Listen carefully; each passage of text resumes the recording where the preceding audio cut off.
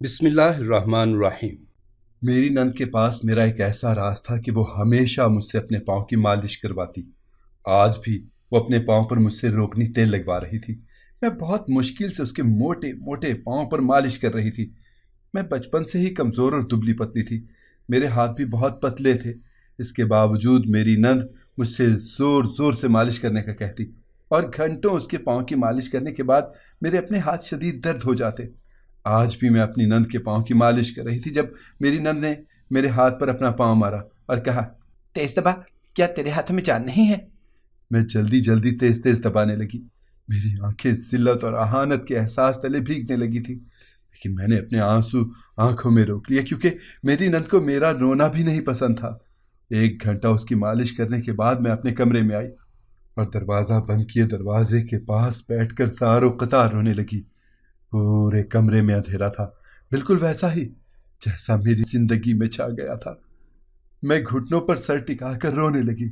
ٹھنڈ کے موسم میں ٹھنڈے فرش پر بیٹھی میرے احساسات بھی سرد پڑنے لگے تھے جب میں ڈر کر اچھلی اور دروازے سے دور ہوتی فوراً کھڑی ہو گئی کیونکہ کسی نے اچانک تیزی سے دروازہ بجایا تھا۔ باہر سے میری نند کے چیخنے کی آواز آئی، مر گئی کیا؟ کھانا کون بنائے گا؟ اپنی نند کی آواز پر میں اور بھی رونے لگی۔ میری زندگی جہنم ہو گئی تھی، صرف اور صرف میری نند کی وجہ سے، کیونکہ وہ میرا ایک بہت بڑا راز جان گئی تھی۔ مجھے نہیں معلوم تھا کہ وہ میرا کون سا راز جانتی ہے، لیکن میرا ایک بہت بڑا راز تھا جسے اگر میرا شوہر جان جاتا تو میری شادی شدہ زندگی تو برباد ہو جاتی۔ میرا شوہر مجھے طلاق دے دیتا، میں برباد ہو جاتی۔ ابھی وہ جو مجھ سے اتنی محبت کرتا تھا نا، پھر مجھ سے نفرت کرتا۔ اس لیے میں اپنی نند کی بات ماننے پر مجبور تھی کہ اگر میری نند وہ راز جانتی ہوئی اور وہ راز اگر میری نند نے میرے شوہر کو بتا دیا تو، اس لیے گھر کا سارا کام بھی میں ہی کرتی تھی۔ میری نند مجھ سے چھوٹا کام بھی کرواتی اور بڑے سے بڑا بھی۔ اگر میں کسی کام سے منع کرتی تو وہ مجھے دھمکی دیتی، میں تیرے شوہر کو تیرا راز بتا دوں گی۔ میں ڈر جاتی اور وہ ہر وقت مجھ پر حکم چلاتی رہتی۔ اب بھی میں کھانا بنا چکی تھی اور اب تو رات ہونے کو آئی تھی۔ کام کر کر کے میرا بدن دکھ رہا تھا جبکہ میری نند کو مجھ پر رحم نہیں آ رہا تھا۔ میں کمرے سے باہر آئی تو میری نند مجھے غصے سے گھورنے لگی اور بولی، یہ جھوٹے مگرمچھ کے آنسو میرے سامنے بہانے کی ضرورت نہیں ہے، ورنہ تیرا وہ راز آج ہی تیرے شوہر کو بتا دوں گی اور وہ تجھے طلاق دے دے گا۔ میں نے فوراً اپنے آنسو پوچھے اور کہا، کھانا تو میں بنا چکی ہوں۔ جب وہ مجھ سے بولی، کھانے میں کیا بنایا ہے؟ میں نے کہا، دال۔ تو وہ بولی، تجھے نہیں معلوم میں دال نہیں کھاتی؟ پھر کیوں بنائی ہے دال؟ جا کر فریزر میں جو گوشت رکھا ہے نا، اس کی بریانی بنا۔ اس کی بات سنتے مجھے رونا آنے لگا، لیکن میں مجبور تھی، اس لیے کچن میں جا کر اپنی نند کے لیے بریانی بنانے لگی اور میری نند باہر ٹی وی دیکھنے۔ جب میں نے کچن میں کھڑے ہو کر رو رو کر اپنی نند کے مرنے کی دعا کی کہ یہ عذاب میرے سر سے اتر جائے ورنہ میں زندہ نہیں رہ پاؤں گی۔ رات کو جب میرا شوہر آیا تو مجھے کچن میں کھڑے دیکھ کر حیرت سے پوچھنے لگا، تم ابھی تک کچن میں کیوں ہو؟ تو میرے کچھ کہنے سے پہلے میری نند وہاں آ گئی اور بولی، وہی تو، دیکھی نا، ہر وقت کچن میں رہتی ہے، میرے منع کرنے کے باوجود بریانی بنانے کھڑی ہوئی ہے، جبکہ میں نے کہا بھی کہ جو بنا ہے وہی سب کھا لیں گے، پر میری تو بالکل نہیں سنتی۔ جبکہ اپنی نند کی جھوٹی باتیں سن کر مجھے ایک بار پھر سے غصہ آنے لگا اور میری آنکھوں سے آنسو نکل آئے۔ اس سے پہلے میرا شوہر میرے آنسو کو دیکھ کر کچھ پوچھتا، میری نند غصے سے مجھے گھورنے لگی اور میٹھے شہد جیسے لہجے میں بولی، دیکھا، اب اگر کچھ کہہ دو تو ایسے رونے لگتی ہے۔ ارے بھائی، کوئی کچھ نہیں کہہ رہا، ہم تو بس تمہاری فکر میں یہ سب کہتے ہیں، ورنہ تمہاری مرضی ہے، تمہارا جو جی چاہے وہ کرو، لیکن پھر کوئی یہ نہ کہے کہ دیکھو سسرال والے کتنا ظلم کرتے ہیں۔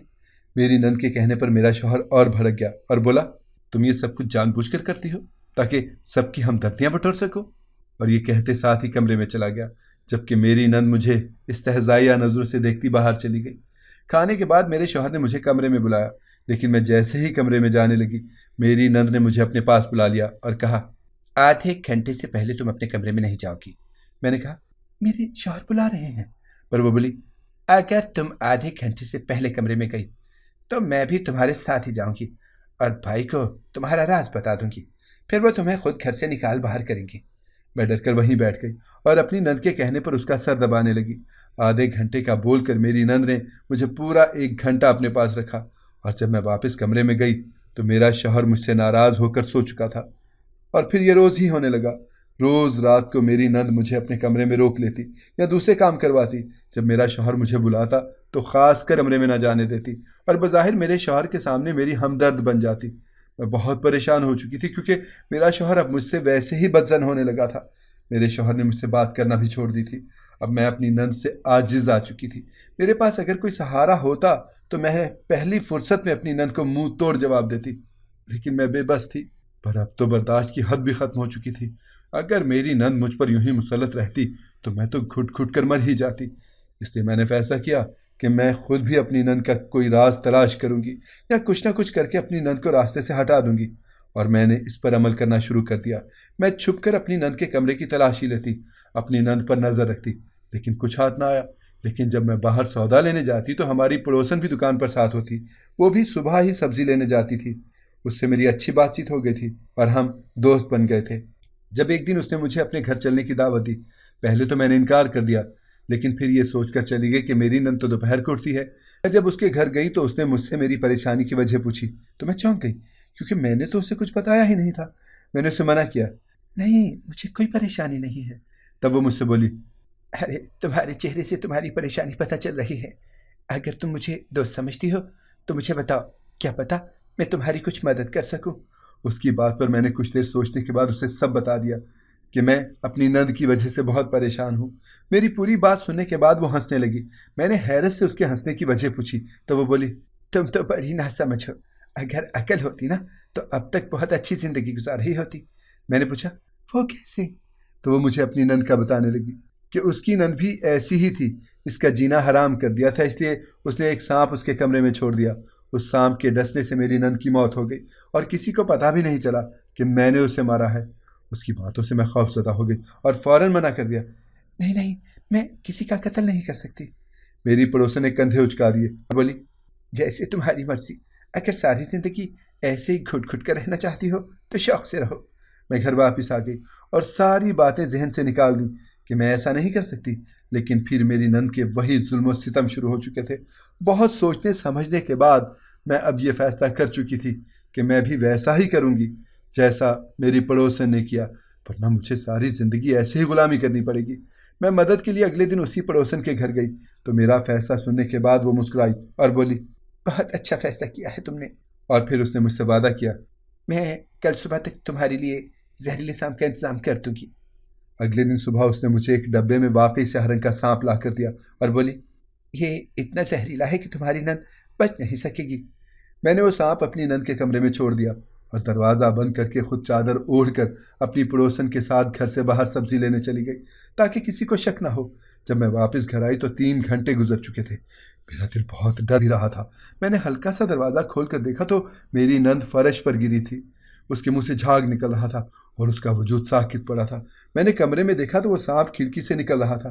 میں اچانک ڈر گئی، یہ سوچ کر کہ میں نے ایک قتل کر دیا ہے۔ میرا جسم کانپنے لگا، لیکن اب جو ہونا تھا وہ تو ہو چکا تھا اور میری نند نے مجھے اتنا مجبور کیا تھا، اس لیے میں پلان کے مطابق شور ڈالنے لگی۔ کچھ دیر کے بعد ہی محلہ اکٹھا ہو گیا اور میری نند کو ہاسپٹل لے کر بھاگے۔ میں رونے کا ناٹک کر رہی تھی اور لوگ مجھے چپ کروا رہے تھے۔ میرے شوہر بھی کام سے لوٹ چکے تھے، بہت رو بھی رہے تھے۔ میں گھر پر ہی تھی اور شوہر ہاسپٹل میں۔ جب ہاسپٹل سے خبر آئی کہ زہریلے سانپ کے کاٹنے کی وجہ سے میری نند کا انتقال ہو گیا ہے، مجھے سمجھ نہیں آ رہا تھا کہ میں خوش ہوں یا روؤں، لیکن میں اندر سے بہت خوش تھی کہ میری جان چھوٹ گئی۔ رات کو شوہر گھر آئے، بہت روئے، روتے روتے بتایا کہ میری نند کی تدفین ہاسپٹل والے ہی کریں گے کیونکہ اس کو بہت زہریلے سانپ نے کاٹا تھا، اس لیے اس کا جسم خراب ہو رہا تھا۔ میں نے شکر ادا کیا۔ کچھ دن میرے شوہر بہت اداس رہے، کہیں نہ کہیں مجھے بھی افسوس تھا، پر اس سے زیادہ کہیں زیادہ خوشی تھی۔ اس لیے میری زندگی بہت سکون میں آ گئی تھی۔ ہر چیز میری مرضی کی ہو گئی تھی اور میں اپنی مرضی سے زندگی گزار رہی تھی، کہیں کسی کی روک ٹوک نہیں تھی۔ ایسے ہی ایک مہینہ بہت سکون میں گزرا جب میرے شوہر نے مجھے اپنی تنخواہ میں سے پیسے دیے اور کہا، جو اس سے اچھی سی شاپنگ کر کے کل تیار ہو کر گھر آنا۔ میں نے حیرت سے پوچھا، لیکن کیوں؟ تو وہ بولے، بس کل بہت خاص دن ہے، تمہارے لیے بہت بڑا سرپرائز بھی ہے، اس لیے تیار ہو کر آنا۔ میں بہت خوش ہو گئی۔ اگلے دن خوشی خوشی مارکیٹ گئی اور اپنے لیے اچھے اچھے کپڑے، جوتے اور جیولری خریدی۔ پارلر سے تیار ہو کر گھر لوٹی اور جیسے ہی کمرے میں قدم رکھا میری جان نکل گئی، کیونکہ اندر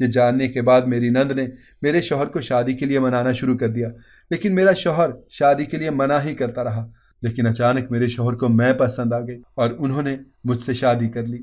پہلے تو وہ مجھ سے نفرت کا کھلا اظہار کرتی، پھر ایک دن اس نے مجھے میری دوست سے بات کرتے ہوئے سن لیا، جس میں اپنی دوست سے میں کہہ رہی تھی کہ اگر میرا یہ راز میرے شوہر کو پتہ چل گیا تو وہ مجھے طلاق دے سکتا ہے۔ یہ بات سنتے اس نے میرا ویک پوائنٹ پکڑ لیا۔ وہ میرا راز نہیں جانتی تھی، لیکن یہ جانتی تھی کہ میں ڈر جاؤں گی، اس لیے اس نے مجھے اس قدر عاجز کر دیا اس راز کا فائدہ اٹھاتے کہ یا تو میں خود اپنے شوہر سے دور چلی جاؤں یا پھر وہ راز خود ہی اپنے شوہر کو بتا دوں جس سے وہ مجھے طلاق دے دے۔ لیکن جب ایسا کچھ نہ ہوا اور میں اس کے ظلم خاموشی سے سہن کرنے لگی، تب اس نے پیسوں کے عوض میری پڑوسن کو اس میں شامل کیا اور اس کے ذریعے مجھے اکسایا۔ اس نے مجھے بنا زہر کا سانپ لا دیا تاکہ میں یہ عمل کروں، اور پھر اس پڑوسن کا شوہر اسے اسی ہاسپٹل لے کر گیا جہاں میری نند نے پہلے ہی معاملہ سیٹ کر رکھا تھا، اور ڈاکٹر نے وہی جھوٹ کہا جو میری نند نے کہا تھا کہ اس کو بہت زہریلے سانپ نے کاٹا ہے اور اس کی جان بہت مشکل سے بچی ہے۔ میری نند نے پھر میرے شوہر کو یہ بتایا کہ اس نے مجھے اپنی آنکھوں سے میری نند کے کمرے میں سانپ چھوڑتے دیکھا، اور پھر میرے شوہر کو میرے خلاف بھڑکا دیا۔